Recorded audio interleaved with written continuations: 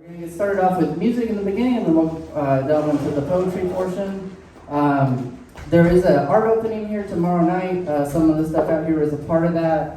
So just please keep drinks and things off these tables, and be careful of the glass that's displayed on the wall and stuff like that.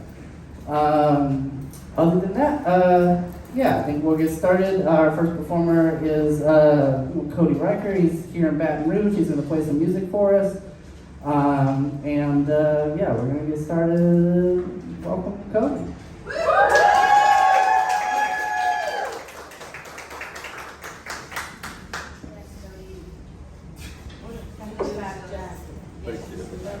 Oh, hi. Crazy.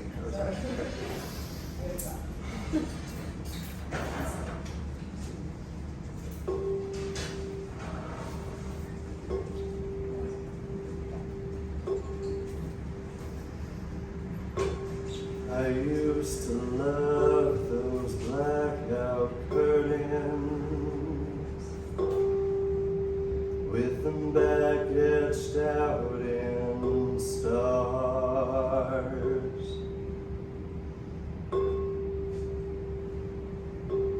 The way we lie there in the darkness, counting all our scars.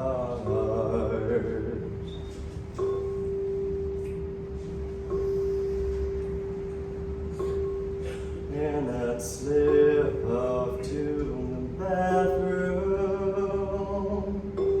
to close the curtains in my mind.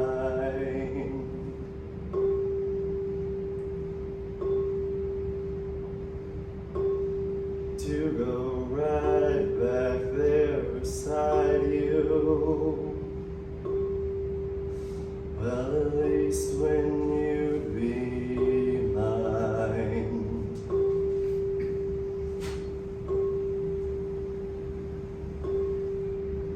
Won't you close the curtains, darling?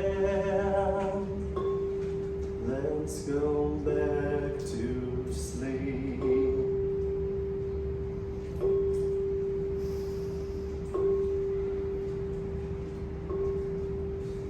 I don't want to feel the sunshine. I don't want to dream.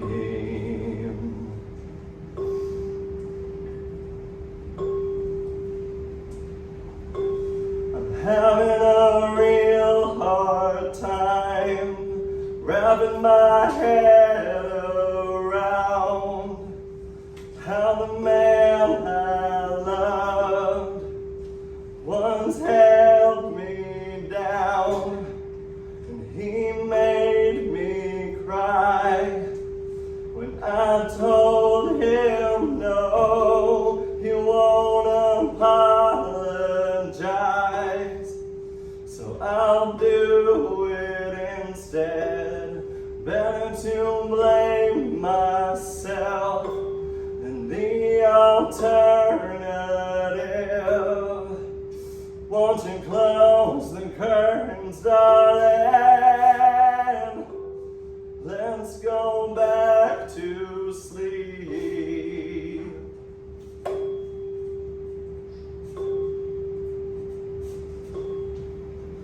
I don't want to feel the sunshine. I don't want to dream.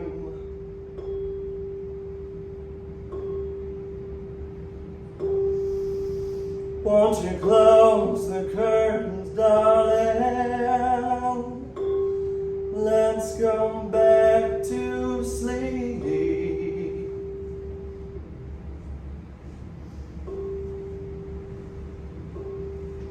I can't stand to have you touch me. In your absence I can't breathe.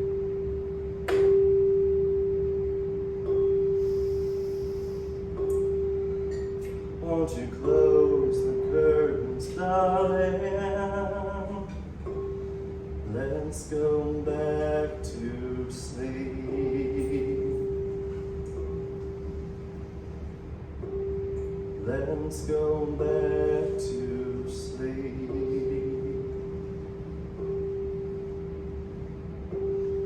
Let's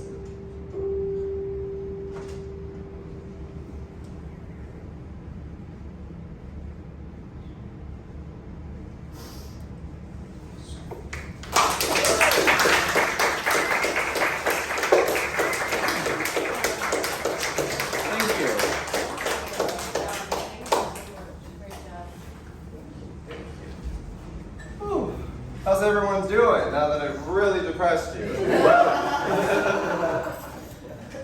Oh, you know, just a little intimate partner violence to get the night going. Let's begin our journey through other sad states of mind. Whew. Actually, I'm a liar. This next one's actually kind of happy, so. All right.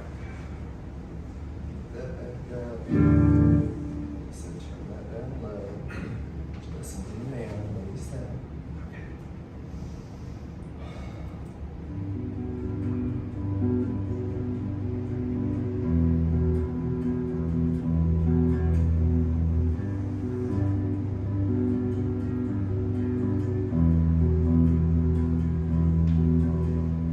I'm freaking me out. I'm so up the spout about it. I'm a drought, just about.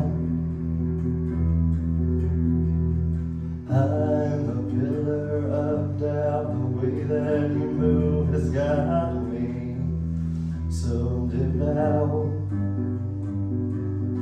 And I'll shout.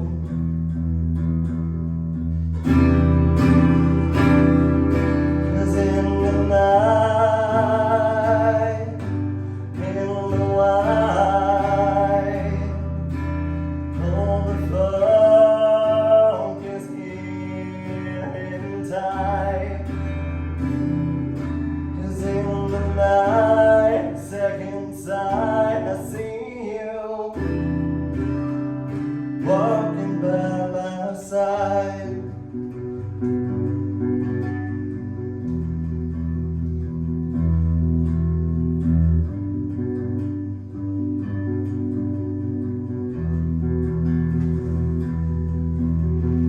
If you've ever listened, you're holding my full attention in the scope. Ever close, more than what I can say. Whatever will come, I hope we stay this way through the fray. Whatever. 'Cause in the night, in the wide, fog is near in time. 'Cause in the night, second sight, I see you walking by my side.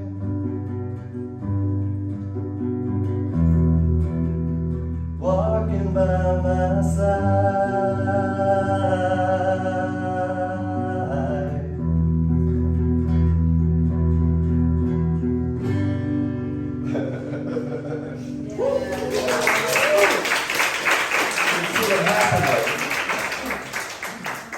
I gave myself a small panic attack singing that song first, so we're not doing that again. That was a learning moment. Don't do that to yourself first. Save that for later. So I am going to play a song that I can play on this guitar, which I've been playing for some years now. All right, here we go. It's one of my newer songs that I'm very excited to share.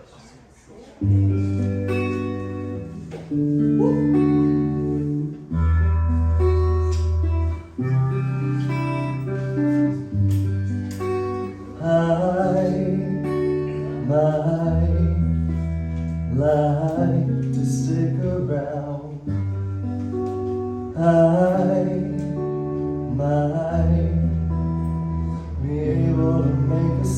down for once.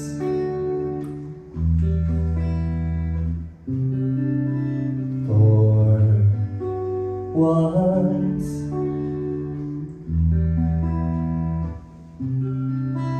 But every little thing I do is tiring. Oh, how I run myself into the ground for you. But every little thing I do is tiring. But if it makes you happy, I'll be too. Won't you be proud of me? Won't you be proud of me?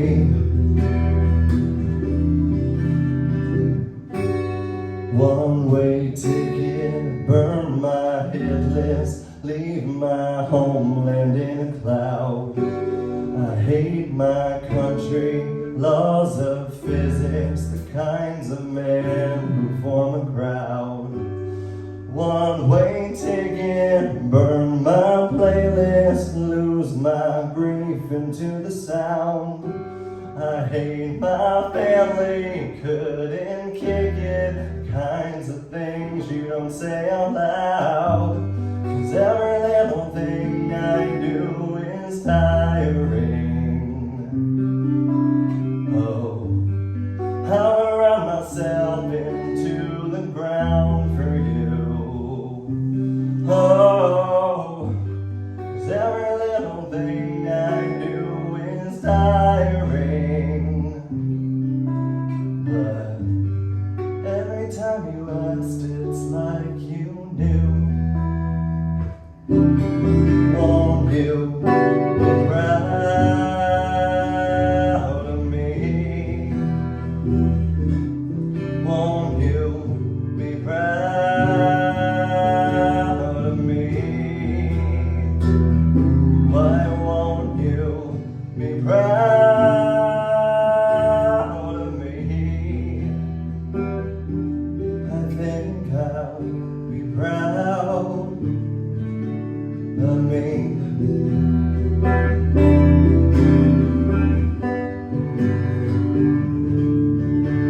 I might lie, I might lie too.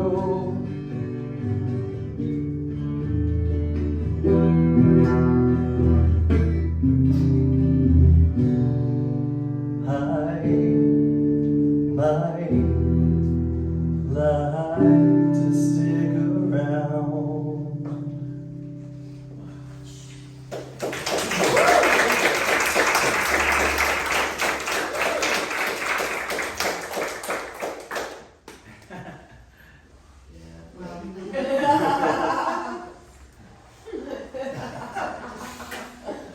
No one saw anything.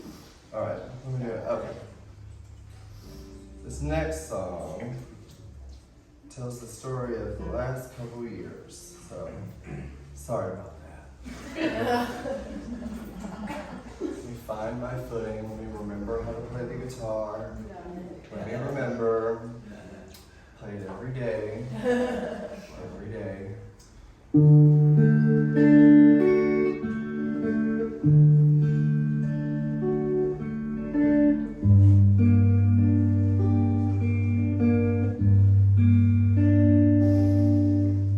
Save me your penance, save me your Charlie Brown Christmas spectacular tune.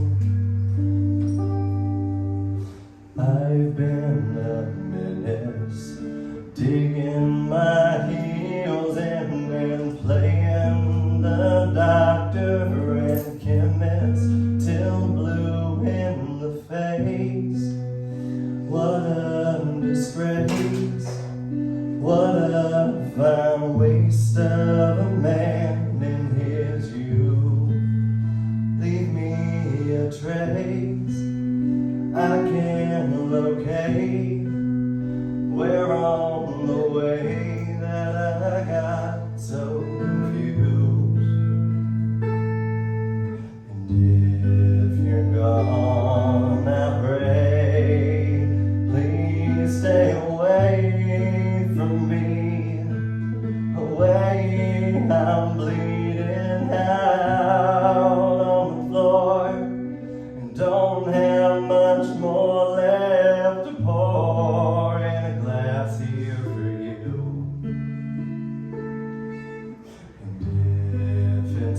all the same. Leave me my name to me, my name, and tell me what was it for? A song that refuses to play.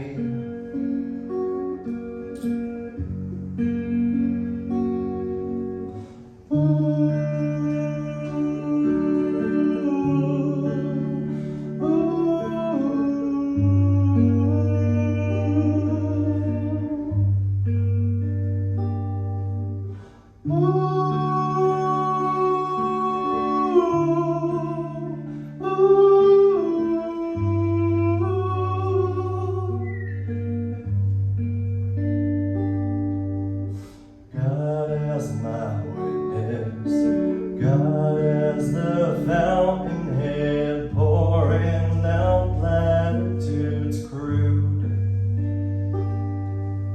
Such independence, such signs of temperament, poison and puncture and pull down the firmament's face.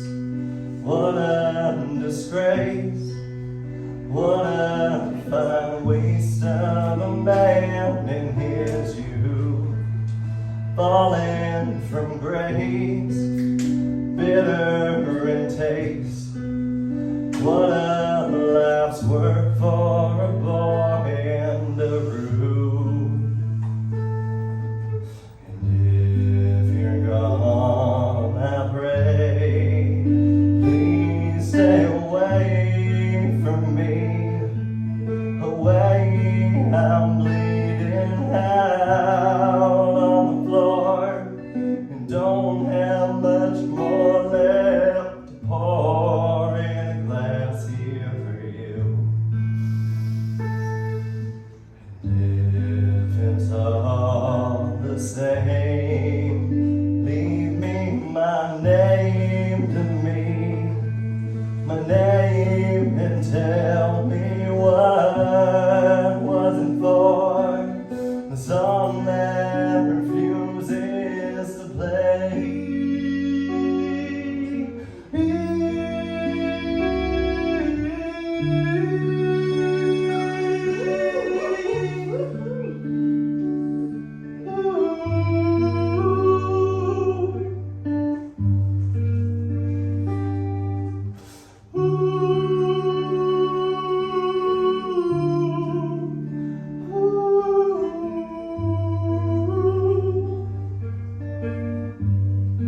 You're a good man, Charlie Brown.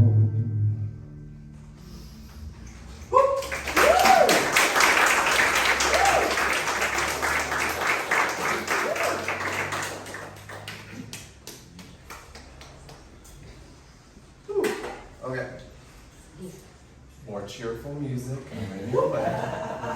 More cheerful music coming your way. Oh, y'all, it's been a week. It's been a week. It's been a couple months, actually. It's been a couple months, actually. Got this. Yes. All right.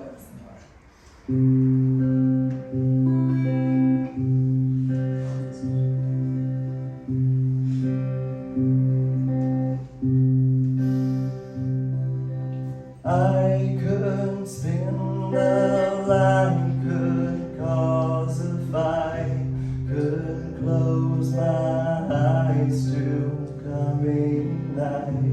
If you would come back here to me.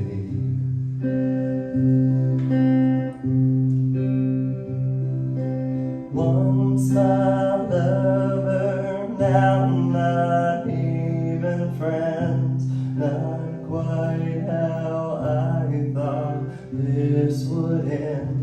If sense would come back here to me.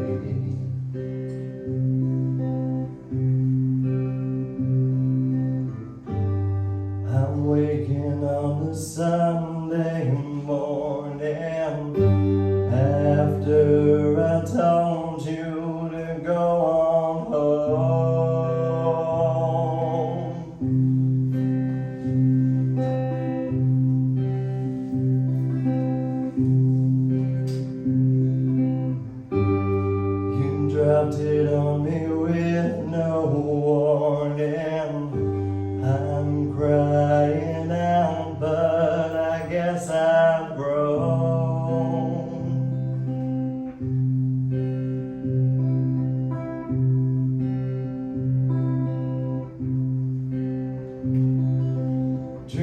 Dreams have slipped away right through my hands, like through a steeply shifting sand. I think I grew away from you.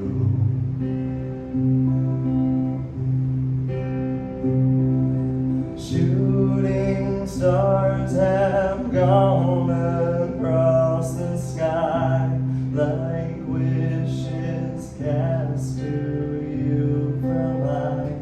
I wished he was somebody else.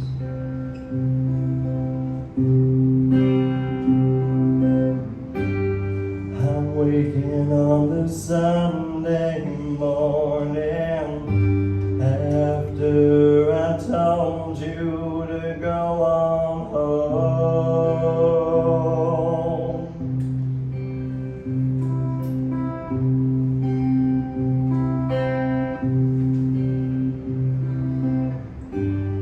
You dropped it on me with no warning. I'm crying out, but I guess I'm broke.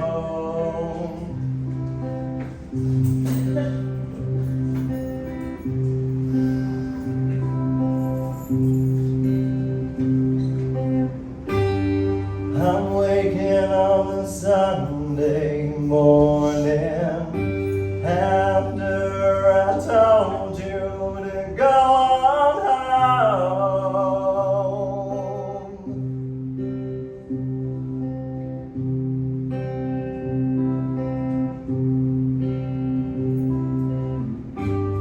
You dropped it on me with no warning.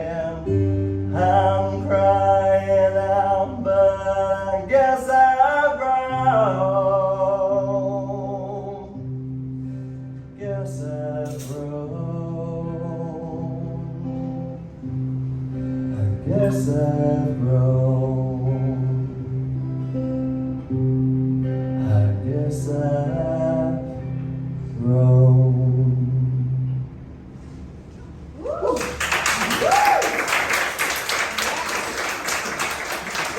Hi, Tiffany. All right. I have one more song to play. My name is Cody Riker. If you did not know me before, I'm on social media as Cody Riker VR. And if you would like to see me again with a full band, some of whom are here, I will be at Chelsea's Live on this upcoming Thursday. So.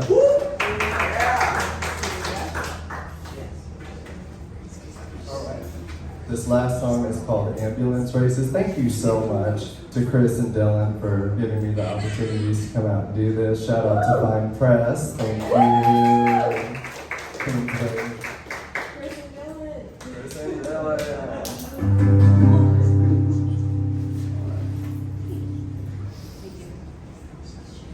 I'm a power stance first. I'm a power stance. Now find it. Okay. That's right.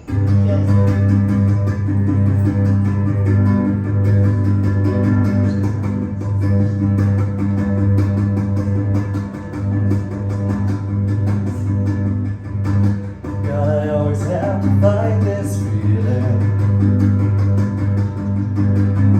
Fall apart with my head held high. Negotiating goes armed with reason. Point A, point B,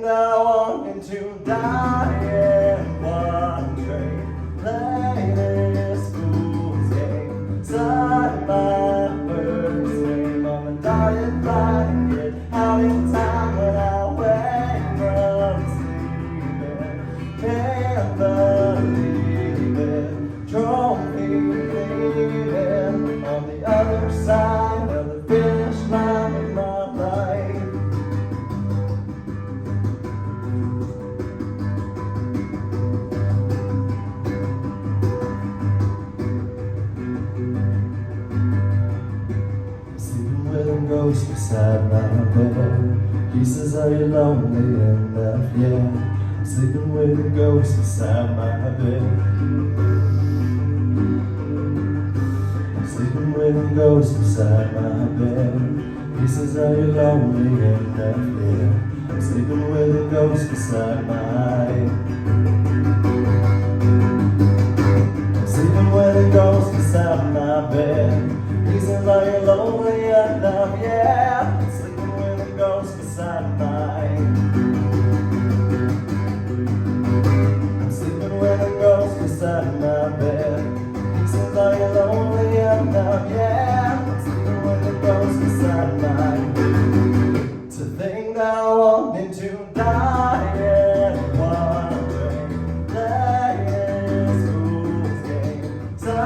my first name on the dotted line and get out in time when I wake from sleeping.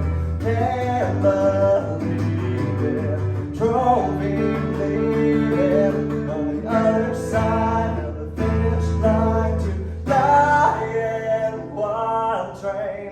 Play this fool's game, sign my first name on the dotted line and get out in time when I wake from sleeping. Can't believe it, trophy leaving on the other side of the finish line with my life.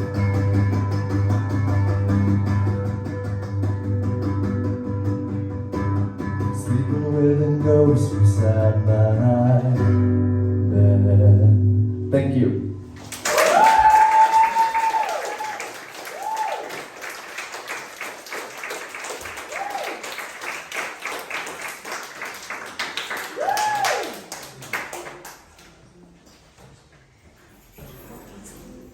Someone else is going to come and talk. And Emo, there he is. Give it up for Chris. Jack? Of course. That is a nice dress. Give it up one more time for Cody.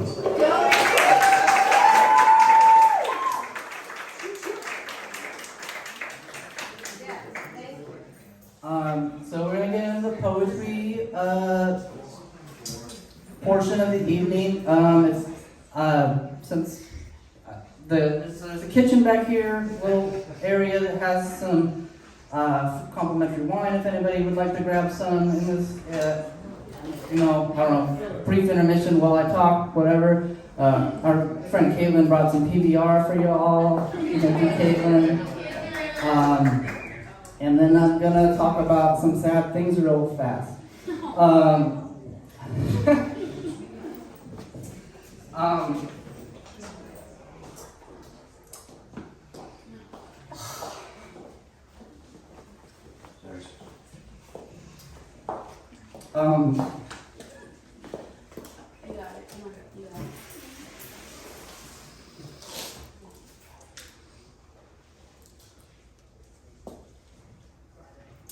Sorry, I wasn't expecting that.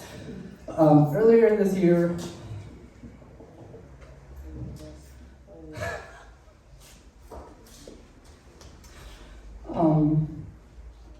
shit, man.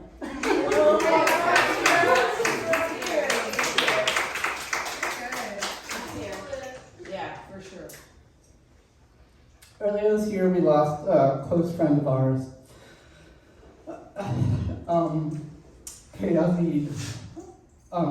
Our most recent issue was dedicated in his memory, which you can see on the back cover. Part of tonight, we are using as a fundraiser to try to raise some money for a memorial fund his mom and brother set up. Yes. That will award grants and scholarships to young artists and creatives who are on the autism spectrum. Yes. I have this jar that I'll put on the table over here because I don't want to get too tidy vibes from passing it around or anything. If you carry around your checkbook, You can make a check out to the Teyazi Memorial Fund and or donate cash, and we'll include it with the donation we're already making. If you want to donate and neither of those are a great option, I have his mom's Cash App, and I can give that to you as well. Just come and talk to me. All right, that's the hard part. Go Chris. Thank you. Go Chris. And then we're gonna get back into some poetry, which might also be sad. I don't know.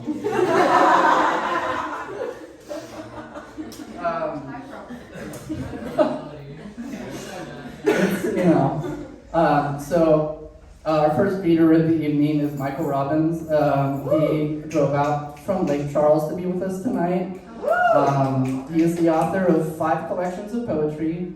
The most recent is The Bright Invisible, which is out on Saturnalia, and I think there's copies of it over here. And he has 2 poems in the newest issue of Fine Print, which is available back there for free, so grab one if you would like one. Please welcome Michael Robbins.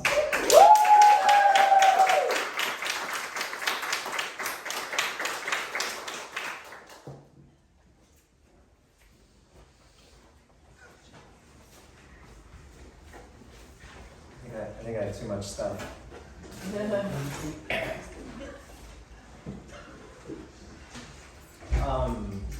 I'll try a couple poems with the microphone, maybe a couple poems without. Thank y'all for being here. I'm going to resist the urge to pull out my camera and take a photo of y'all, but I might change my mind. So I'll start with this poem that I wrote this morning, which is not the best thing to say when you're about to read a poem. My daughter earlier this week asked me if I loved our dog, which was kind of a weird question. And our dog's name is Wednesday. And we might see her later, I don't know, she's in the band just out on the street here. And so this is a beautiful in-law, so I took the name Wednesday, and this poem uses just the letters of her name. We'll see. I love it. It's kind of a love poem. And it's in 3 little parts. I won't really announce the parts though. Say sway, and we want to sway. Say dawn, and deny dawn. We need dawn.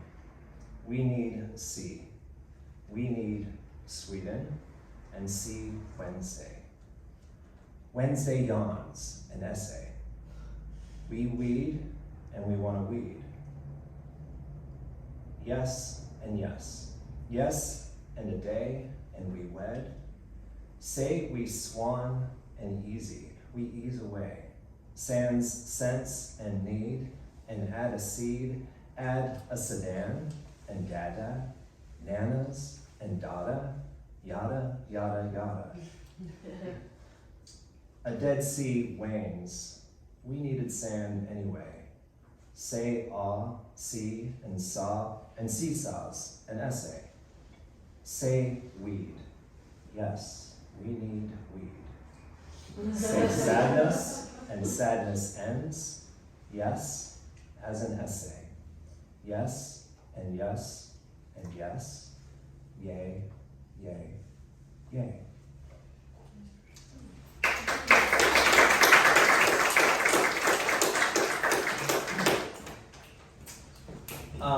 Yeah, I drove over from Lake Charles, which is a phrase that doesn't sound right to me. I moved there recently from Chicago.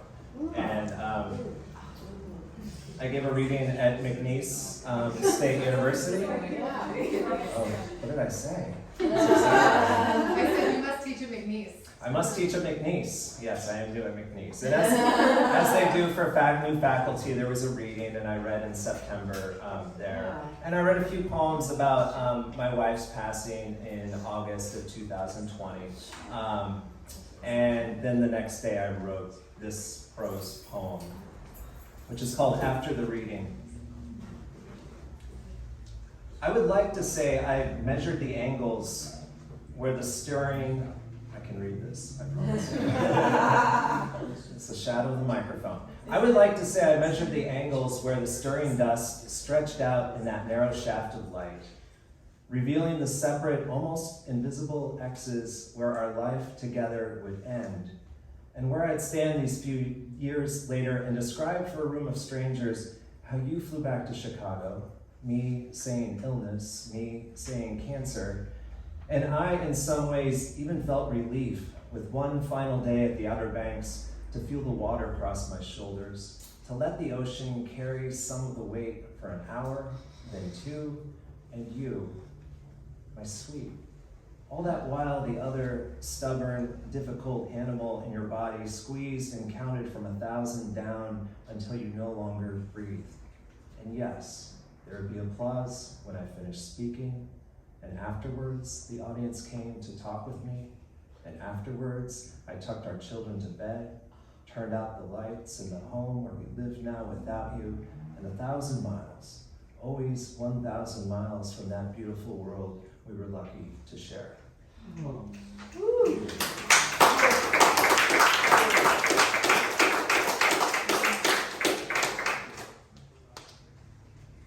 And Saturnalia Books is my publisher, and I love them very much. But their print is so incredibly small. And so I brought backup. So this will be just a slightly longer poem, and I didn't say this at the start, but I shouldn't go over 10 minutes here total. But this is the longest of the poems I'll read. And maybe 7 years ago in Chicago, we had a bumblebee just came to visit. It seemed like it came over a course of weeks, multiple visits. It was probably different bees, right? It probably was, but maybe not. And then one day I think I was teaching, and I received a text, and it was a picture of a bee in the bacon grease on our stove. Just, you know, it had found its final home, so to speak.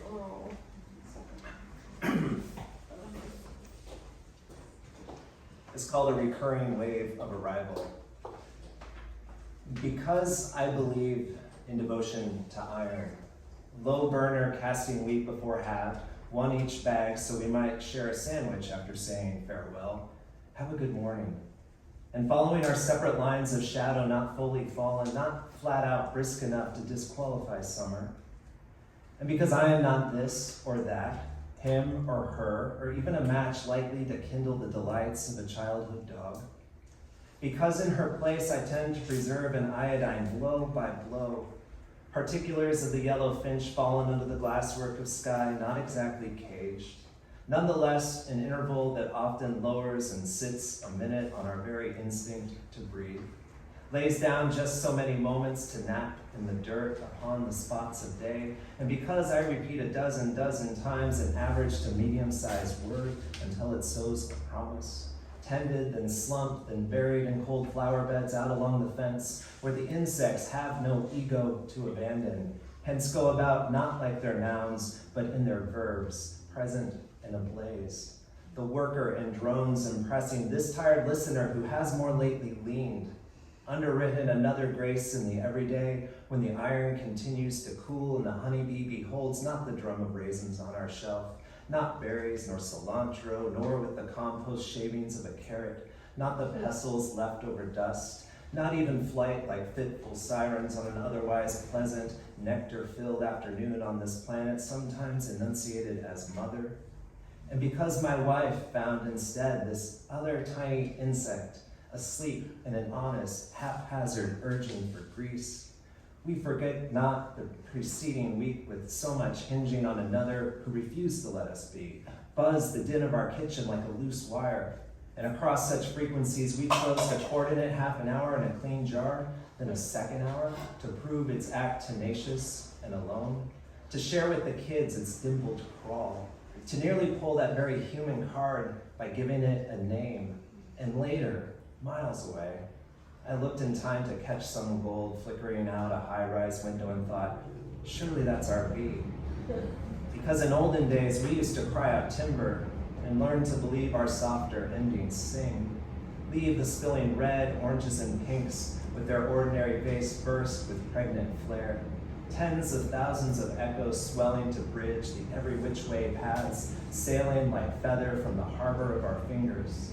Off their mooring and eager, and yes, if I come back, I'll gather pollen, as many flowers as my nervy hunger permits, and the warmth that sinks the world or saves it, keeps us coupled, childlike, crazy for the seasons, rubbed together and drawing our very sparkle toward light, toward my wife, who finds in the grease of our cast iron this eternal honeybee, broadcasts its surrender to the breeze where, from what seemed a flowerless place, I'm humming the first time in months.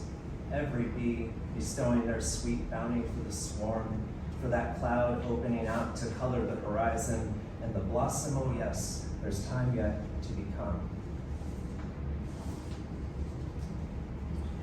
I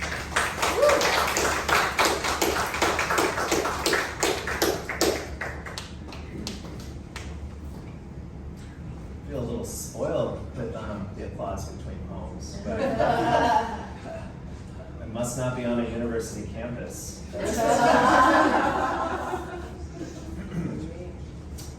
I think maybe two more.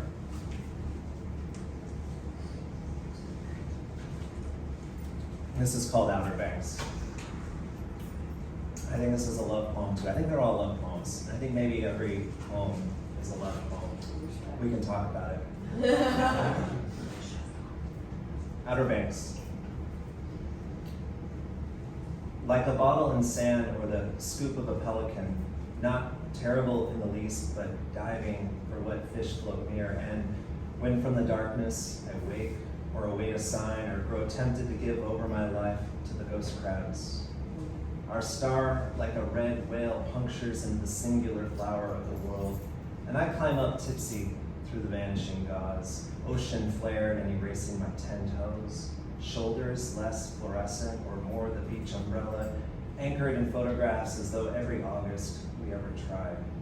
Remaking the ring of its story, when turns of an outboard become the mower, and the thrum of the sprinklers top the riptide and shipwreck, or maybe a trowel tossed in the garden plot fetches and tips the sun until, out from the marram grass, your hands like butterflies rest their spell on my knee, and I'm moored into the crook of your elbow, hungry as a black-headed gull from the Nautilus, dressed in weed, buckets to float my boat or splash and tease down both our bare waistlines, while the sugar suggests, reaches and revels even the depths that slips from shore, syllables rounding a tongue like salt, and the next summer ripples between a shoal of minnows and the waves steadfast, one after one, faithful unto the last, where we sink or swim that good morning sea.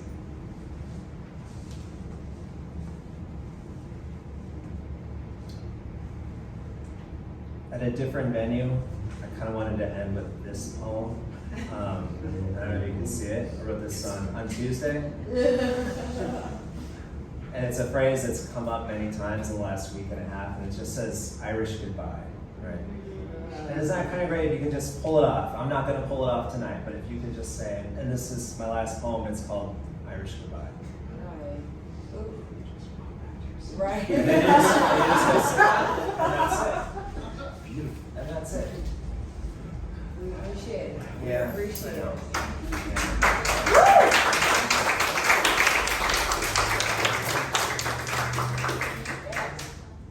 But this will be the last poem. So thank you all again for being here. It's such a great space, and this is the longest I've spent in Baton Rouge. So thank you all. Thank you.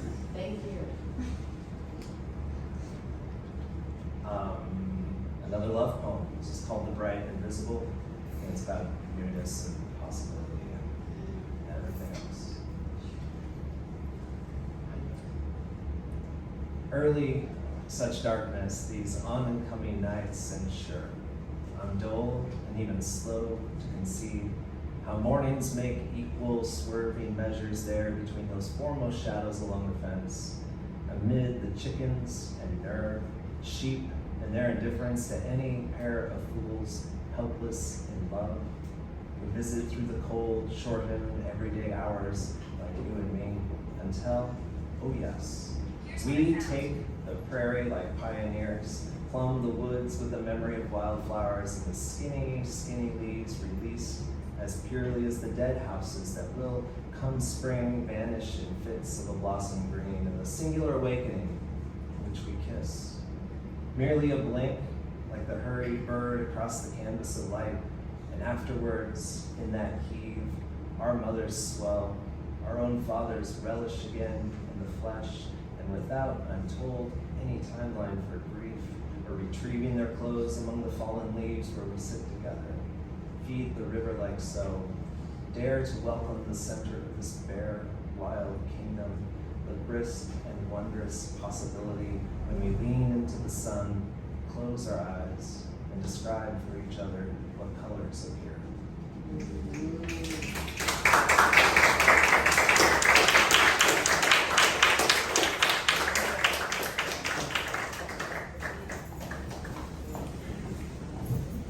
Give it up one more time for Michael Rock.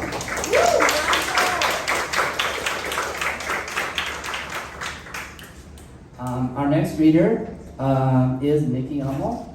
She is from New Orleans.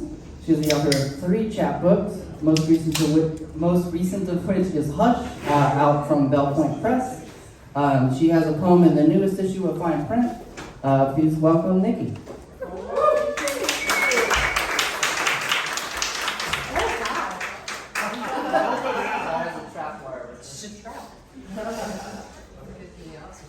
Okay.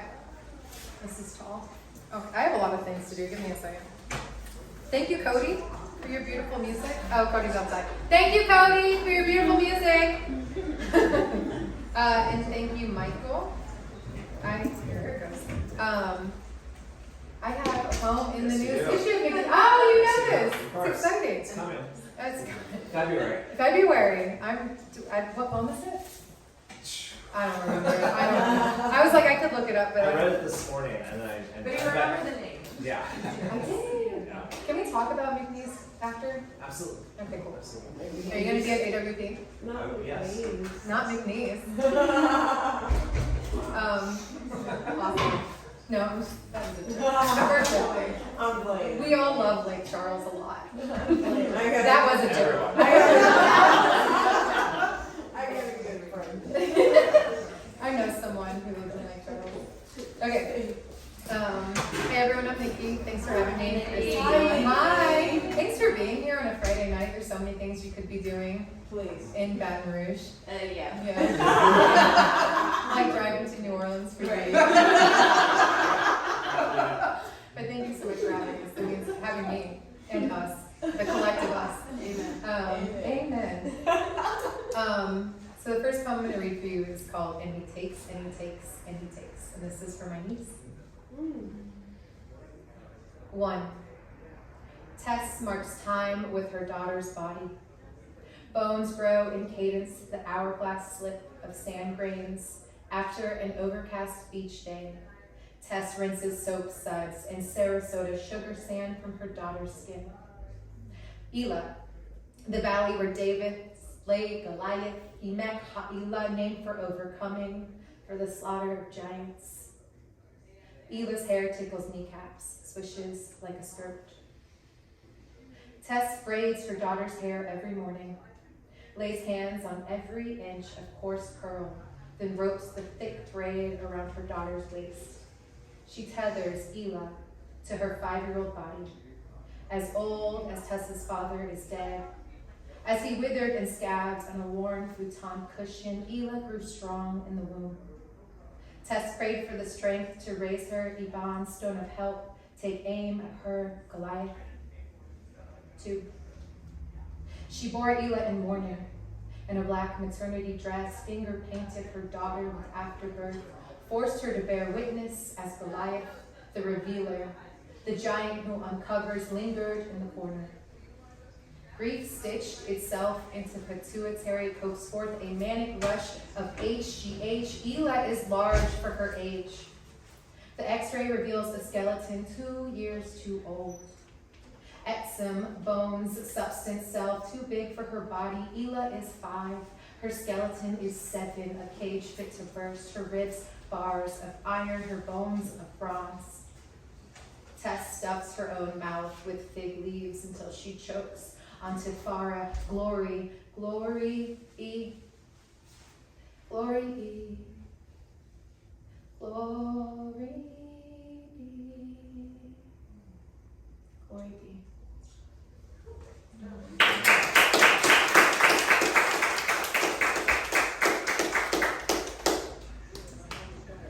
Okay, this next poem is called 11. So I taught middle school for several years, and other grades too, but middle school is the weirdest, so that's why I'm talking about it. It's bizarre. Everyone is insane, including the teachers. So I wrote this poem in the cafeteria one day, actually. So it's based off a true story. 11. She carries the purse like a crucifix she can use to fend off vampires thirsty for the blood she imagines will soon run between her legs. She feels the thrill of secrets. Her pad, a promise peeking from a small purse her mama bought at the corner store on the way to school. The girl's young mother in the school parking lot smothers concern for her young daughter's sudden bloom. Fear cools her veins, so young. She bites her nails and fingers her rosary, Hail Mary, full of grace. Am I blessed amongst women too? And my fruit buds, Holy Mother, it's too soon. The girl grips her hall pass like a sword to point at questioning teachers, the hawk-eyed Coach Kenyon, coffee breath, Miss T. The girl carries within her prayers of supplication, Hail Mary, full of grace, bless me, mother of mothers, make me a woman too. She's dying to bleed today. But God damn, doesn't it feel good to pretend?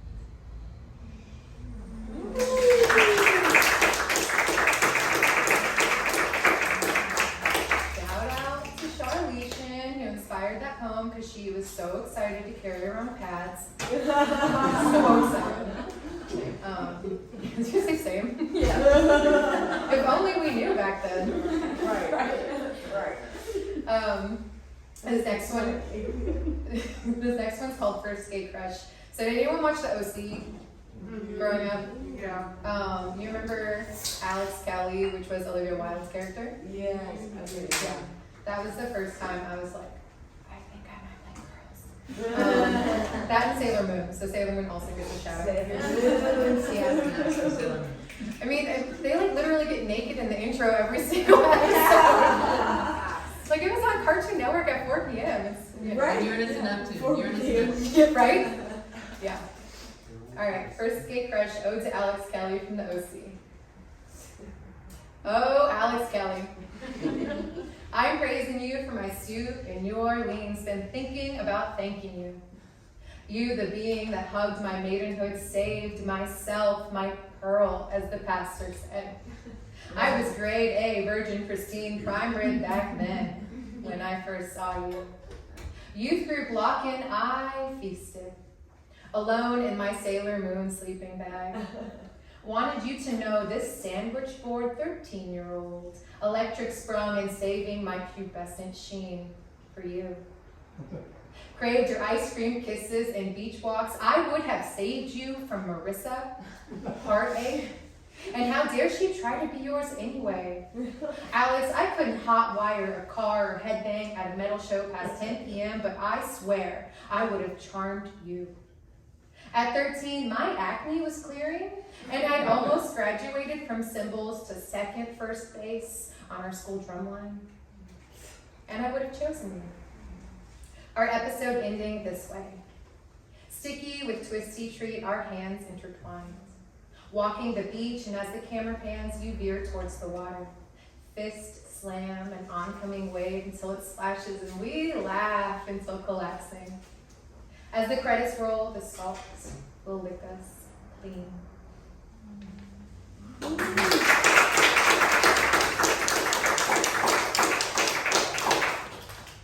All right.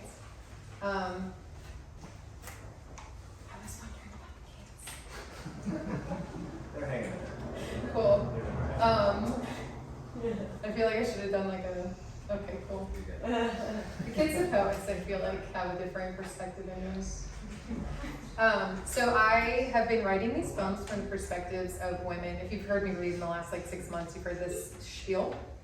But poems from the perspectives of women who have been traditionally silenced in the Western canon. So I've got 3 poems for you tonight. The one that's published in fine print from the perspective of Rosalind from Romeo and Juliet. And then I have a poem from the perspective of Medusa. But before I get there, this poem is called Ophelia's Curse. It's a golden shuffle. So the line endings of each poem form the original poem. So it's a fragment it's a fragment from Sappho. So what I'm going to do is I'm going to read the poem and then I'll read the line endings so you can see the poem that it originally formed. Cool. Thank you. I like you. Yours, I like you too. Let's talk after the show. First, we're going to talk about my knees, and then we're going to talk about mutual affection. Okay. Ophelia's Curse. I am shelled edamame wet with want. Tonight I will regrow new skin I've been saving, perfectly dewy. Remember the cardinal in the window? It smashed us raw. 3 days from breaking up, the clock inside my chest blinks. I am moon-faced and cold, alone. I search for my keys and reach for my head, find neither. I practice smiling with my teeth and then my tongue. It is obsolete, obscene. Who needs a fuck? The space, please vacate by the end of Dicktober. Pleiades refuses my pleas, descends despite my willow's reach. I must go somewhere, anywhere, must halt. The plunger spiral down, please down, only down into my garbage stomach and trash can tips. The hole between my legs is bright as a silver fish at night, but our bed is too big. Our bed is too you. I will burn it, yes.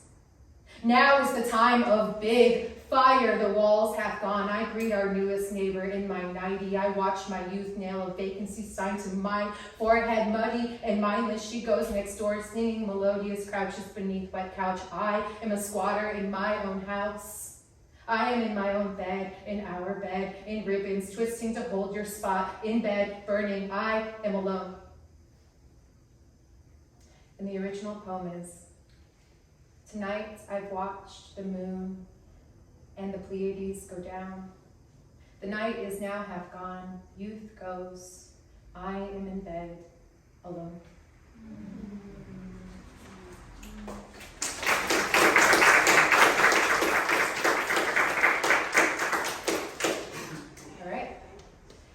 So this is the poem that's in fact good. Everyone should get an issue. Rosalind. Lip smackers, cherry bread. My lips, 2 rose petals that press. Ah, what did you say? As pilgrim hands do. What a small way to live inside of her ribs. You, a reverse atom. I would tell you, you're not my home anymore, but truly, you never were. I wake every morning in this killing machine called Verona, focused on the pale stretch of her legs, the way her ankles flashed when you danced. I want to rent her gown to a party space and dance on it. I want perky nips and blow in the bathroom. My pussy, the biggest pothole in the city. You love to lose to. I once was fluent in you.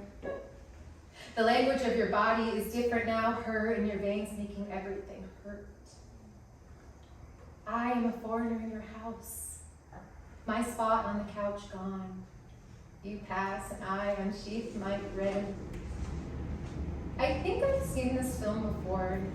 I didn't like the ending. I would say I'll remember you, but I don't think that's true.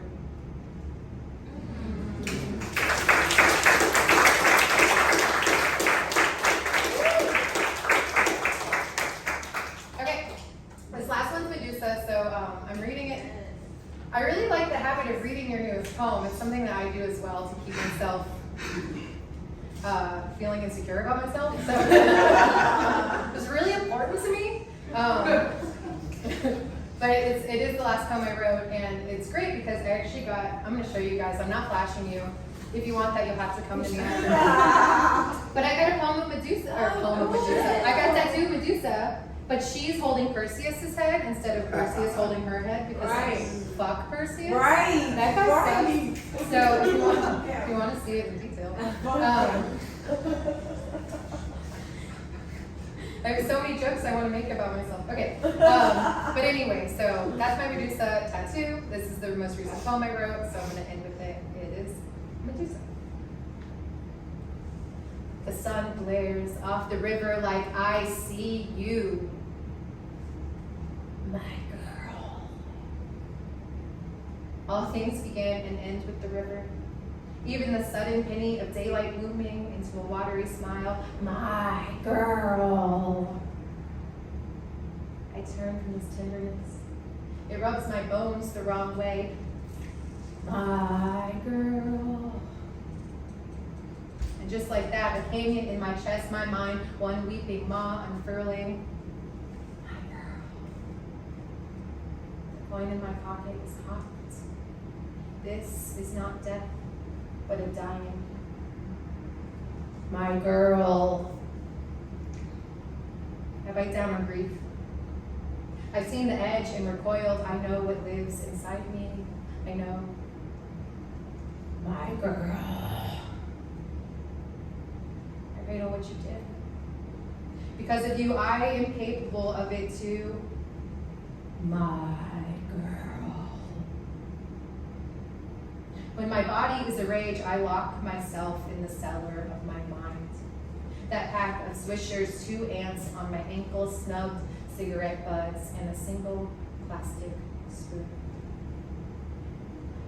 My girl. I resurrect you and create my own haunting. My girl. I want to pull you apart like string cheese.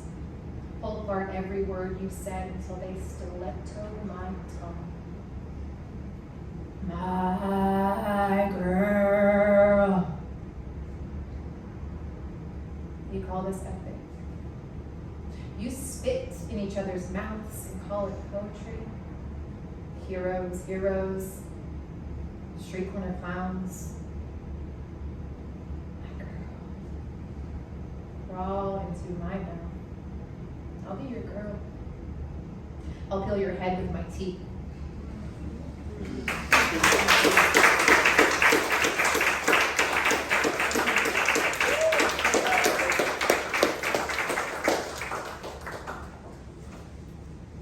All right, one more time for Nikki Ummel.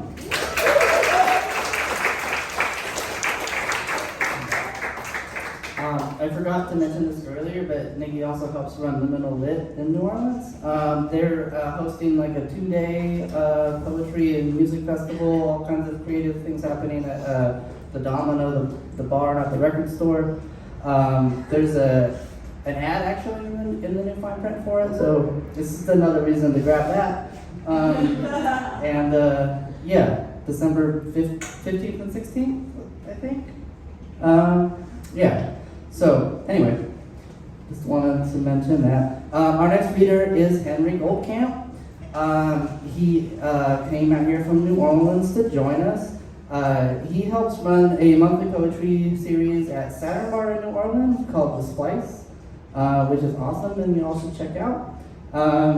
His book, What the Hell is St. Louis Thinking? Shit, I forgot the name of the press that it's on. It doesn't matter. It doesn't matter. Just Google that and see what comes up. Anyway, please welcome Henry Goldkamp.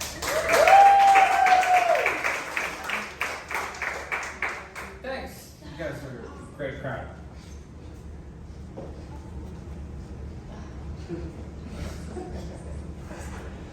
Pretty close to the art, but I think it'll be alright. So this project takes a bit of contextualizing.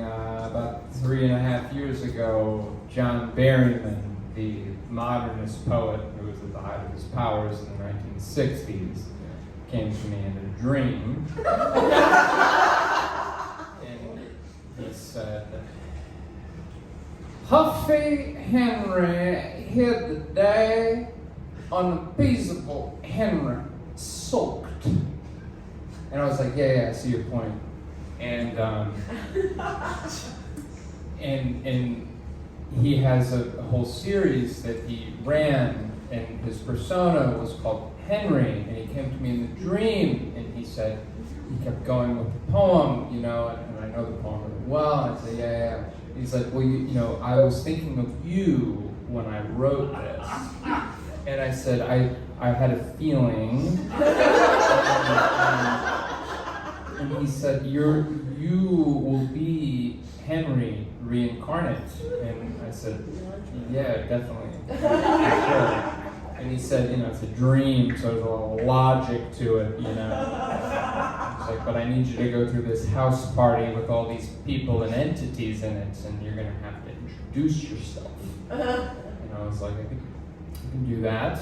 That's fine. And so, as soon as I woke up from the dream, I wrote it all down. Dreams are very organized, very important, so I wrote down the whole thing.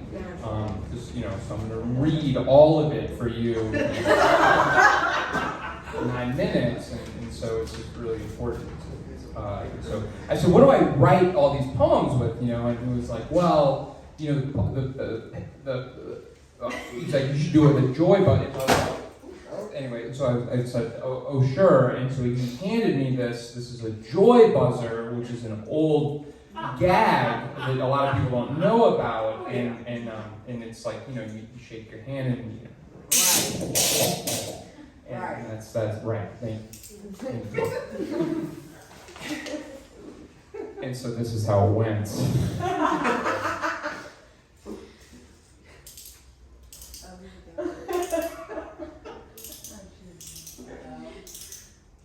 Really old, it's very old technology. I think this will be the last I use it. Otherwise, it's too long. So I got to the house party.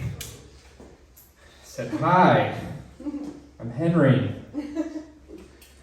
Hi, I'm the artist statement. Know any good jokes? I don't really get it. Can you explain it to me? I still don't get it. Can you explain that last part a little bit more? That's really, really, really funny. I said, hi, I'm Henry. Hi, my name's the alarm clock. Some days I wake up and truly can't figure out the difference between poetry and pathologically lying. I said, hi, I'm Henry. And they said, hi, I'm Ars Poetica. And I said, okay. Toy boat. Toy boat. Toy boat. Toy boat. Toy boat. Toy boat. Toy boat. Toy boat. Toy boat. I said, hi, I'm Henry. I said, hello, my name is Clinical Depression, OSHA approved. I have to wear swimmies to the office. Hi, I'm Henry. Hi, I'm Henry. Hello, my name is Modern Medicine. When I watch TV, I have this problem where I think every commercial is for hot dogs. I said, hi, I'm Henry. Hello, my name is Health Insurance Policy. Health, coming from the German for whole. Insurance, coming from the Old French for foods. Hi, I'm Henry. My name is Failure. Why are you pronouncing it all French like that? Hi, I'm Henry. Hi, my name is the Moon. I don't believe we've ever been properly introduced. I'm no humdinger, fork and lilacs in my mouth. I do not table with frequency. Loon, they call me. Hi, I'm Henry. Hi, I'm Two Truths and a Lie. Poetry so cringy, poetry so cringy, poetry so cringy. Hi, I'm Henry, and this got a retitle for the venue because I think it really works nice. Hi, I'm Henry. Hello, my My name is Yes, We Cannibal. Oh, working the crowd. Okay, wow, whoo, you feel that? All right. And then the stage name is breathing in, breathing out. The air, it's inhalable and exhalable. Well, let's try this. All right, you go in and I'll go out. All right, on 3, wow, you feel that? Let's switch. You go out, I'll go in. Oh, wow, all right, everybody do it at your own pace. Wow, just bouncing around in here. Isn't that amazing? That's amazing. I don't believe it. A big part of me thinks this is disgusting. Hi, I'm Henry. Hi, my name is a pre-K astrophysicist. Gravity is like a bear hug that always gets its way. Hi, I'm Henry. You can tell I had different feelings about this. It's crumpled up and this is a mini play. Hi, I'm Henry. Hello, my name is The Great Debate. And then the dork Nightingale says, the owl is like a word magnet. And then the Hulk Hogan owl says, no, the page is like a word magnet. And then the dork Nightingale is like, no, the air is like a word magnet. And then the Hulk Hogan owl is like, no, the page is like a word magnet. And then the dork Nightingale is like, no, the air is. And then the Hulk Hogan is like, no, page. And then the Hulk Hogan is like, no. And then the neutral groundhog breaks it up. And he's like, hey now, be friends, you're both right, let me show you. And then the stage direction is like, he frisbees a book, but it somehow hovers in place, spinning in a like perpetual motion machine. And then the room, all of you, meaning you guys, subscribe to a general sense of awe. The Hulk Hogan owl, and then the stage direction is flying elbow drops the book back into the ground, then points a finger at the groundhog. I'll fucking kill you, you shitty little meatball. Hi, I'm Henry. Hi, my name's a poet who writes for the page and the page alone. You want to be on the team, but you don't want any game time? Hi, I'm Henry. Hello. My name is Chips on Your Shoulder. Sometimes I do things with like audience participation in New Orleans, but like I don't know Baton Rouge yet, so we can't play this way yet. But you know, invite me back when we can. So here I would do something in a menacing fashion. The clown would duct tape a bag of potato chips to their shoulder, then thrust a tub of French onion dip in the audience's hands, and then chase you around and try and hit my shoulder into it. I've never done it. It sucks. Hi, I'm Henry. Hi, my name is the Clown's Eye. There are no mountains. Hi, I'm Henry. Hi, my name is the Moon. Oh, you again. Huh? What are the moonish euphemisms I call it you? No dose glory hole. Grand sliver of soap for the worldwide nursing home. Coarse chat-stained rock. Hi, Henry. Hi, my name is The Poetry. Okay, this is another kind of audience participation. I would invite one of you to play the game Mercy, where you like interlock fingers and you bend. You guys know that game? You like interlock fingers and you bend, and then like it would take me 2 seconds, like, ow, the lack of control I have over you excites me. I'm Mercy. Hi, I'm Henry. Hi, my name is The Poetry. Reading. It's true what they say. You get addicted to the sympathy murmurs. Hi, I'm Henry. Yeah, give it to me. Hi, I'm Henry. Hello, my name is The Poetry. Reading. Infographic. If I see 2 names and a time on a poster, I expect a fight. Hi, I'm Henry.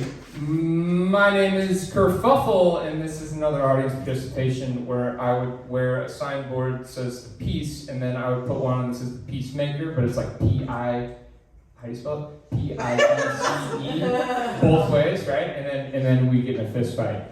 It never worked. It's very aggressive, so I don't want to do that, so that's why I'm doing it like this. All right, hi, I'm Henry. Hi, my name's a serious question. Yeah, but what if instead words spoke louder than actions? You know what I'm saying? All right, hi, I'm Henry. Hi, my name is the interloper Craft Talk. The line,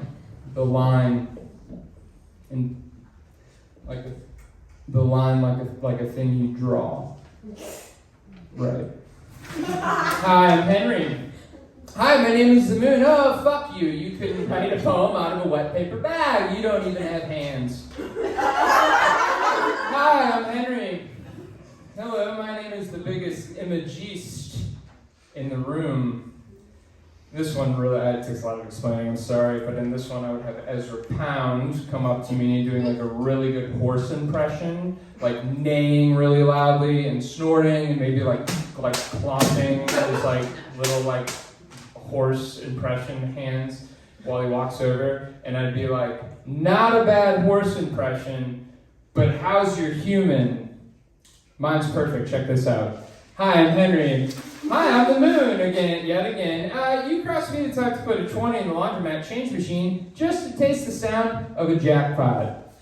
Hi, I'm Henry. I'm losing them. Hi, I'm Henry. Hello, my name is Boomer Poetics. When do I get to the point where poetry starts helping my credit score?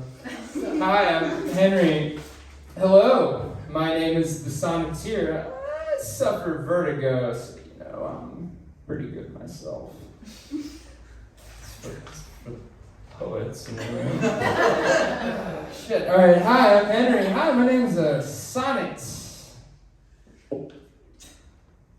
I like that. Dead horse. Dead horse. Dead horse. Dead horse. Dead horse. Dead horse. Dead horse. Dead horse. Dead horse. Dead horse. Dead horse. Dead horsey. Dead horse. Hi, I'm Henry.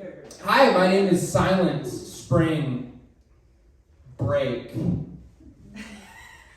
You're supposed to throw your trash in the ocean. Raise awareness. Okay. I'm not going to make it to all 77 Dream songs. I'm going to do 2 more. Hi, I'm Henry. I'm the Technicolor tinted glasses. Hammer space, is where the heart is, where you keep your anvils and dynamite and roller coasters on hand. Okay, hi, I'm Henry. Oh, what's a good ender? The name of the movie in your life, which you're already played by an absolute superstar. Fact or created nonfiction? I don't know. Yeah, fuck nonfiction people. That's right. All right. Hello. We'll fast forward to the very end because it is time. Hi, I'm Henry. Hello, I'm the Moon. First time I ever saw you, I thought, I heard this one before. Thank you so much.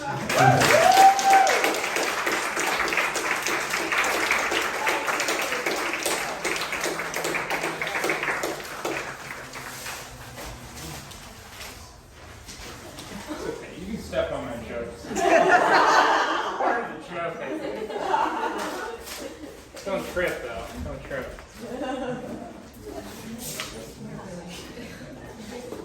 All right, one more time for Henry Goldkamp.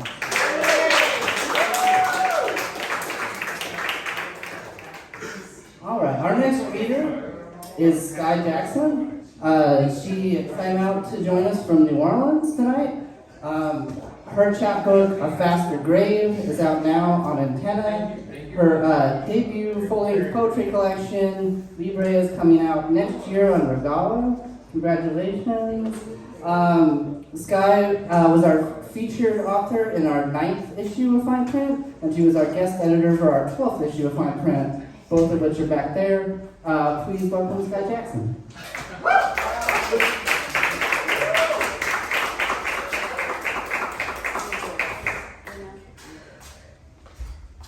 Hey y'all. Hey. Oh my God, this is so great. Awesome. I'm so happy to be here with y'all. I love reading in Baton Rouge. It brings me back to my LSU days. I love it so much. Tigers. I can still hear South Carolina on the drum bus at 2 a.m. Like it was yesterday. I'm going to read you guys some poems tonight. I'll start with a sonnet. It's called Girl Crush Sonnet. cheeks flushed with blush on a Saturday night. Her, the only other black girl in the bar besides me. Typewriter at my side, page boy, hot girl moves towards me. Glances exchange over the thrum of sound. She is the queen of slouchy girl vibes. Yes, Willie Nelson tea stuffed into dark blue jeans. She moves quick through the electric air, and fantasies swim through the room.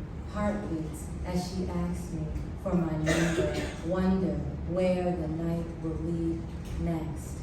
Skye, I want to see some tits bounce tonight, she whispers, so off to the strip club we go, except I can't get in, no cash. Her text reads, come back, I'll cover you.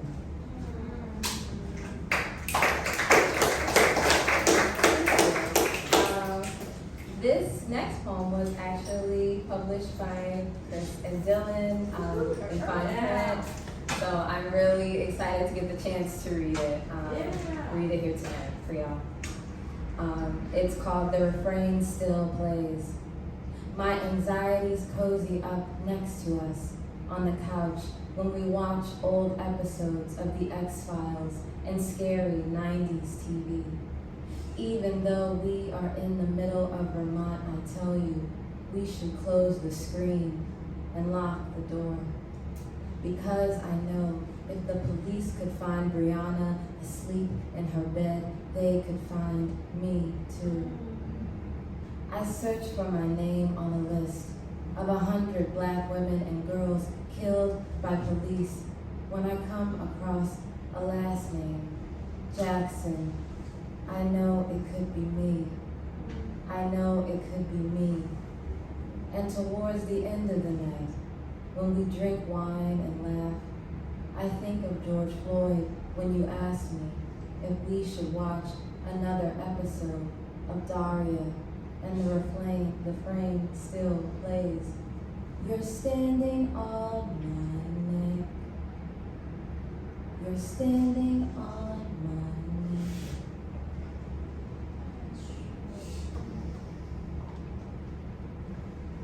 This next poem was recently published in the Southern Review, so I will read you guys. It's called Re, the White Woman Who Grabbed Me in Goodwill Last Week. The audacity of her touch, reaching out a pallid hand from behind a peeling gray basket. I pulled summer shorts down from a rack as she gripped my shoulder, so hard that I thought I might have stolen something and somehow forgotten. I remember the moment she finally spoke and said, I just had to stop you because you're beautiful. So beautiful that she reached out to pull me back through time. So beautiful she had to hurt me. I said, thank you, although my shoulder stung. After all, I have always been gracious for pain. Now, I'm sore and haunted by the scream of my own silence. When I told my mama, she just sighed and said, Skye, you need to pray. But I don't know if she meant for me or for her. I pray next time she keeps the pull of my beauty to herself.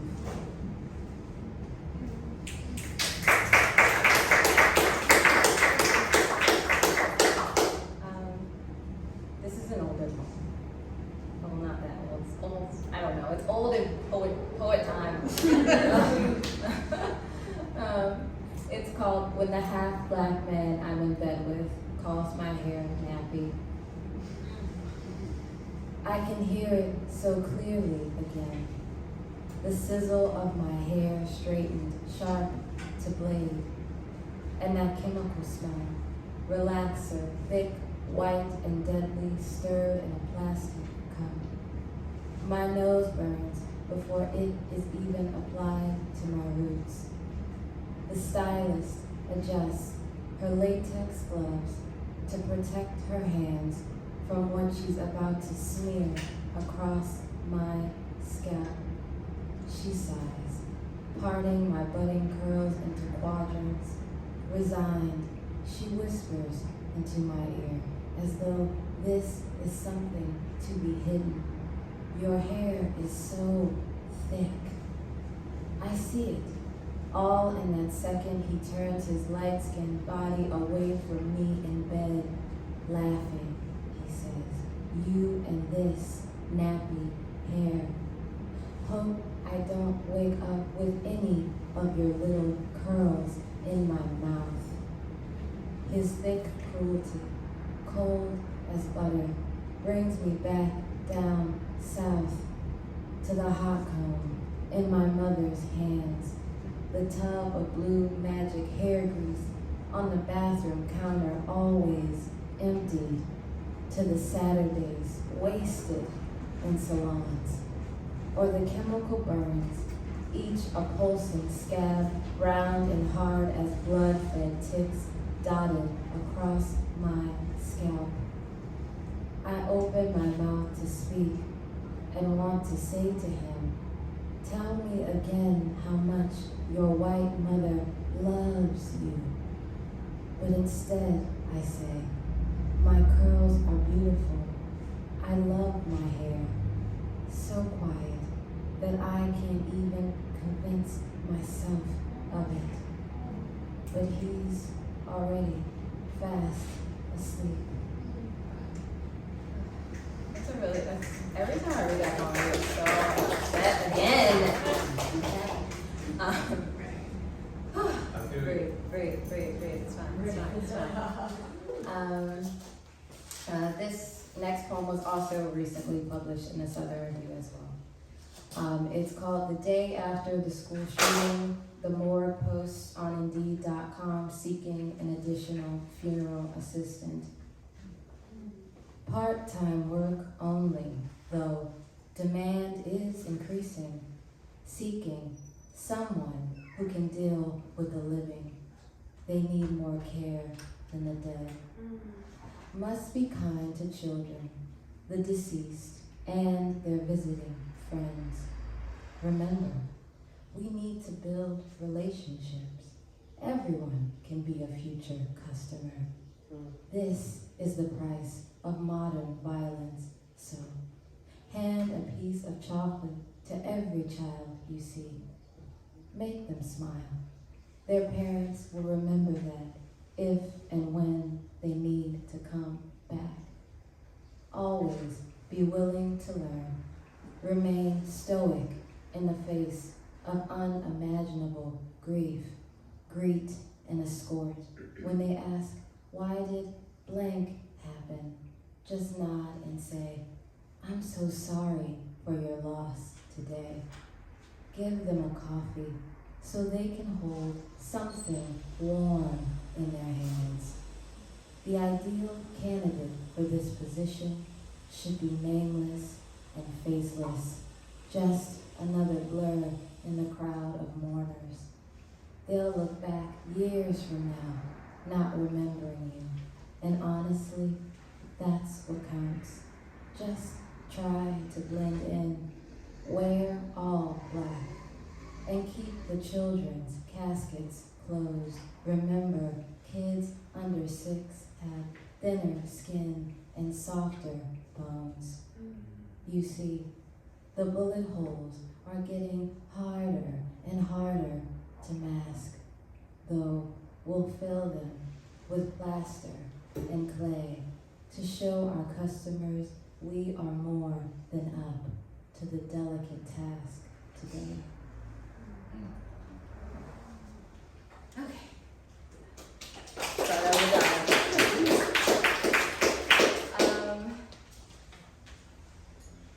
This is a new poem, recently written. It's called Infamil, like the baby formula. So the weird story behind this poem is that maybe about a month ago, I started receiving packages of baby formula in the mail. I do not know who's sending them to me. I don't know how I'm getting them, but I have several packages just arrived at my house with my name on them. And I have no children. I don't know. It's like one of the mysteries of my life, actually. So I wrote a poem about this bizarre random occurrence. Infamil.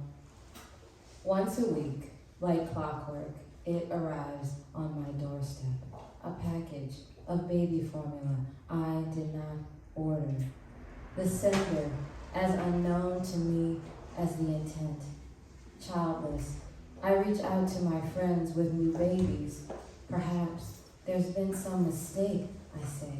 Did you accidentally send me a package? One by one, they text me back, remarking with a dark humor how they hadn't sent me a thing. And my horror, newly implanted, grows like the trail of ants around a dead bird on a sidewalk. I am suddenly Rosemary without the baby, as some person who knows where I lived is convinced that a child should live there too. Days later, I think of this again, as another friend writes to our group about a miscarriage she recently suffered. They call it a chemical pregnancy, she blurts across our screens. Who knew that losing a baby could be described as clinical and sterile as chemical, like some scientific experiment that just happened to go wrong, some cruel hypothesis unrealized. That evening, I examined the latest formula box. The words it reads, in a certain unmistakable Tiffany blue. Here's our first gift for the most important person in the world. And I do think it a small gift, and important too, that I received the boxes that were meant for her. Thank you.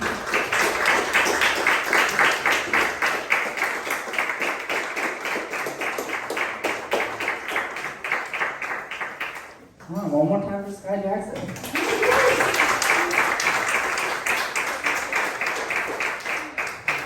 We have one more reader for you this evening, but before I introduce them, I want to give my obligatory merch spiel. A lot of people reading tonight traveled from other parts of the state to be here and have books and various things. So please show them some love and give them some gas money. Also, thank you to Yes We Cannibal. This is their third time letting us host an event here. All the events they do here are free. They do have a Patreon and a Venmo if anyone wants to donate some money to the space. And Fine Print also has some things over there if you are interested. I screen printed a bunch of posters for this show. And anyone that's here is welcome to take one home. They're over on the table. You don't need to pay anything for them. And please grab an issue of Fine Print, or a few. So our last issue is our managing editor, Dylan Krieger. She's from here in Baton Rouge. She is the author of 6 collections of poetry, a chapbook, and a vinyl poetry EP. The most recent collection is Suffolk Slaughterhouse out on 11/11. Her next full length is coming out next year, entitled Predators Welcome, coming out on Limit Zero Press. Please welcome Dylan Krieger.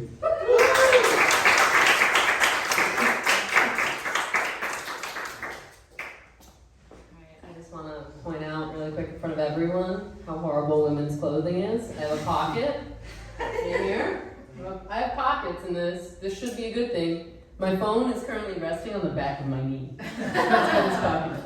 Alright, so I just want to show that to everyone, so in case my clothing is puckering weirdly on stage, you know it's because I have a cell phone like everyone else in the world and I just have my pockets. Alright. I am advertising a few kind of new publications that I have. This is the 8th volume of Duet, which is a really cool series run by Pity Milk Press. And they basically it's almost like the concept of a 7-inch split. If you're used to like 7-inch splits in records, so they like pair up two artists, and one artist does like one half and one does the other. So I actually went on tour this summer with someone who was involved in Penny Milk. I was very scared to go on tour after pandemic because very swift change of lifestyle. But I'm just going to read a couple from this. Beta Haze. I left my keys in the pockets of my old skin. The only detail I missed, the rest are no different. Space keeps eating itself in perfect spiral formation. Photographs keep nodding knowingly toward posterity, as if there is any, as if we could go on like this indefinitely, with dust bowls pooling in our work boots and the sun about to pop. I light up radioactive like a cursed gemstone, and that's all I hope for. The future doesn't flirt back. I accept this strikeout as my most godlike attribute. Former things fade away for my sole entertainment. Home awaits the displacement of our outlined little handprints. The secret to enlightenment is not giving a shit.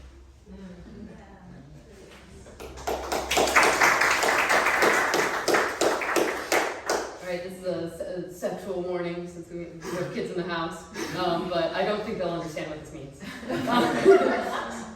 Maybe. Erotics of the soapbox. When you're on top, talk like a desperate prophet, worn of horses and their flushed riders portending rapture. One day the ocean will crack open like a music box, like my jaw at the dentist, and you will have predicted it, spitting your scrolls into the back of my throat every night as you pretend to rest. But really, your lips are busy drafting next frames before they happen.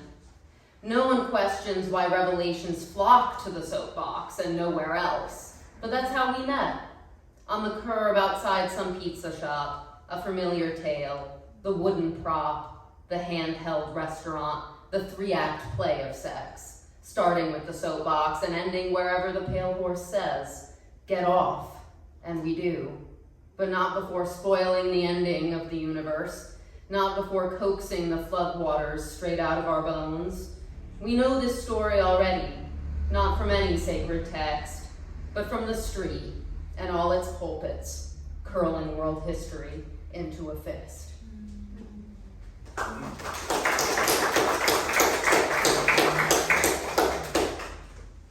right, I have a couple more to brag about, I guess.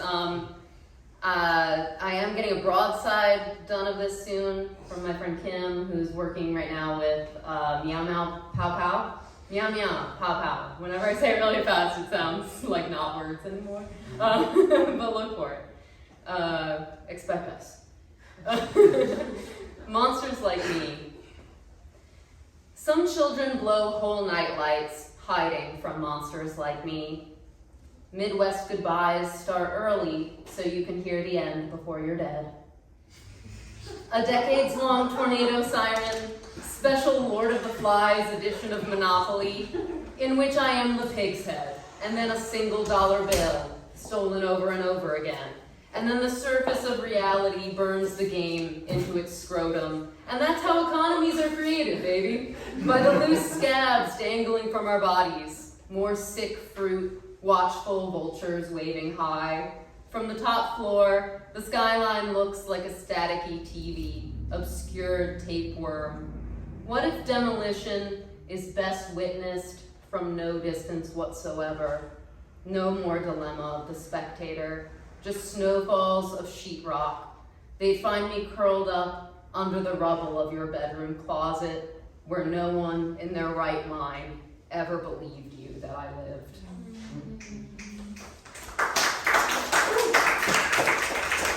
Alright, like Cody, I know Cody gave a warning about this when he sang a song that had to do with the pandemic. This is about the last few years, so I'm sorry. I'm going to use the same line. Hail Mary, no one is daddy. Between Between the siren wails at equal intervals in our separate little cordoned off catacombs, we hear tires screech over and over, but no collision.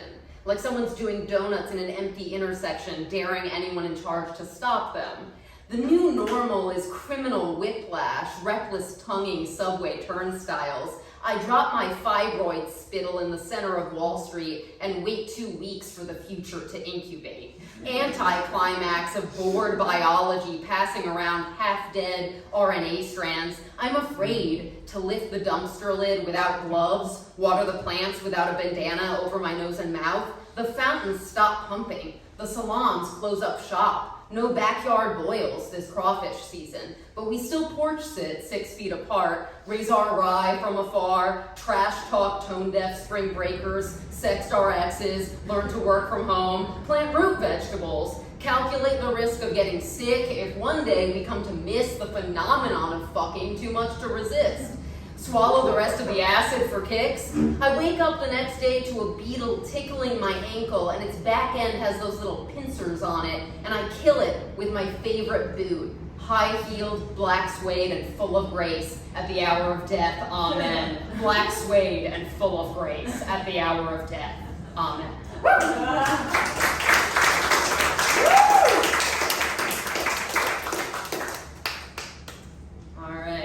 Soon I'm going to reference Nikki too because I have to read my newest, but I'm not going to read it last though because it's not as good as the rest. Yeah, this is my next meow meow pow pow acceptance here. Textbook anomaly. And this is about going home to Indiana, which I'm about to do soon, so hopefully it doesn't feel this weird. Also, this is about the fact that Chris thought there was a special term for doing the rosary that doesn't exist. So roasting Chris again. This is the theme now, okay, with my readings. Textbook anomaly. Going home hurts my throat now. Glass half dead cat. Photos too exposed to know what happened. Someone upstairs insists there is another term for praying the rosary. Impossible to recall, impossible to rule out. And the rest of the night is solid goose chase into catechism. Smashing translucence in case it's faking. Tip of the tongue lost in laundry, as if some jeans pocket jingles the sacred heart of the joke. Folded into filmy erasure, but in the morning, we admit there's no such language, half remembered from a field guide to the American Southwest. What matters is we knew we were mistaken all along. We checked, in fact. The sinkhole in the dictionary isn't big enough for church words to drop down. What matters is it doesn't matter. The hunt for nothing sounds fun, with our dinky little flashlights, flipping the property blind dark to blind white, wedged between revelations, blinked into heavy mascara. All around us, Vinca invisibly attempts photosynthesis on a 9-volt battery. Wheels get dizzy with their own reinvention. Coming home is like that. Complex machinery rubbed pink, drunk again under the floorboards, old blood clots saved under the sink, heart-shaped boxes full of baby teeth. I pinch their soft spots, bone by bone, 9 cavities whispered into cellophane. Call it the carnage of the nursery, bartering glass beads for edible wings. There, another name for praying the rosary. New search results for all the meat hooks, strung up like Christmas in the land of disbelief.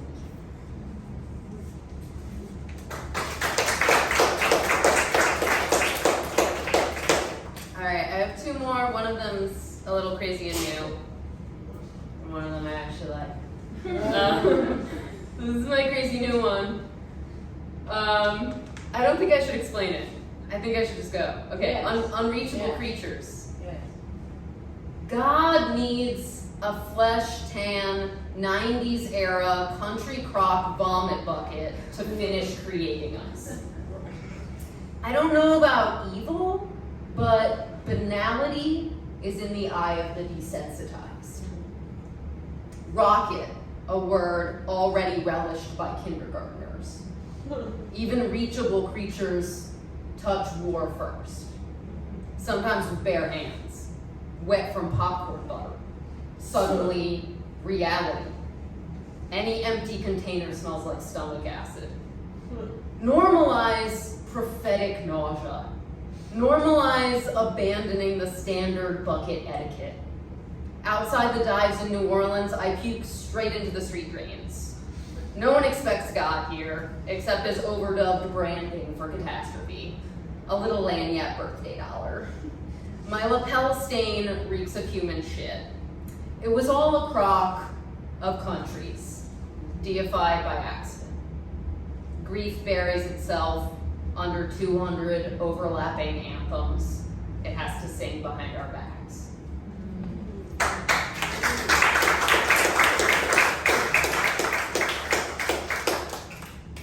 All right, this is full circle because I started with my poems published by Pity Milk, which is my tour mate this summer, and this is the poem I wrote just after coming home from tour this summer. Cannibal Sun.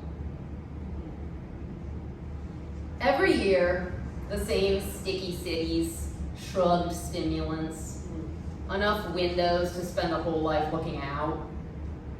Child of the plastic bag, stochastic coin toss, brute miracles of chaos, rigged and unrigged. Like the old myths, I got everything I wanted in exchange for my worthless innocence, but now I kind of miss it. Like an old commercial, the supposed healing powers of Coca-Cola. How we decorated the problem with shredded paper, the color of a shared dream about the sun exploding, split a sandwich, split the atom, then another sandwich. At the center of everything, a slow devouring pit. Can't look away, can't like it, can't solve for X in any paradox. The contradiction keeps blinking like a lighthouse when I'm trying to sleep. The envelope of fire, full of extinguish. The lake, thick with evaporate. The last time we ever spoke, I was finally beginning to shut up. Before time started, the set of all sets that do not contain themselves was thriving in obliteration. The world was busy learning the taste of its own flesh. I turned to you without my body and pronounced something totally new that you've forgotten. I put the end of all mouths in my mouthlessness and bit down. I followed the logic of survival long enough to know I shouldn't. I swallowed your eyeball and saw through the fog the split-screen truism of my sticky city next to yours, collecting bird shit, harnessing lightning, spying through third-story skin, the likeness of itself over the river, blinking still, like an ambulance, when I'm trying to scream bloody murder over its soliloquy, when I am attempting novel surgery on night birds in the void, when I am lonely, without my enemy, there you'll be, flashing neon whiplash into the western wall of my apartment, reattaching me, if only briefly, to the paradox of paradise, the paradox of peace. Thank you so much.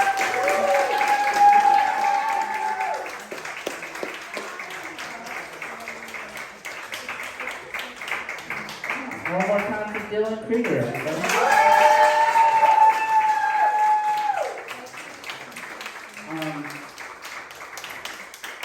Thank you everybody that came out and traveled, or from down the street, or from any distance. I guess that covers all of it. Thank you everyone that came and read and shared your work with us tonight. Thank you so much to everyone that came out to this event tonight. We really appreciate all the support and love for Fine Print. We're really happy to be 13 issues strong now. And please, grab one on your way home, grab a poster. If there's drink left, drink it. Thank you all so much. Yeah!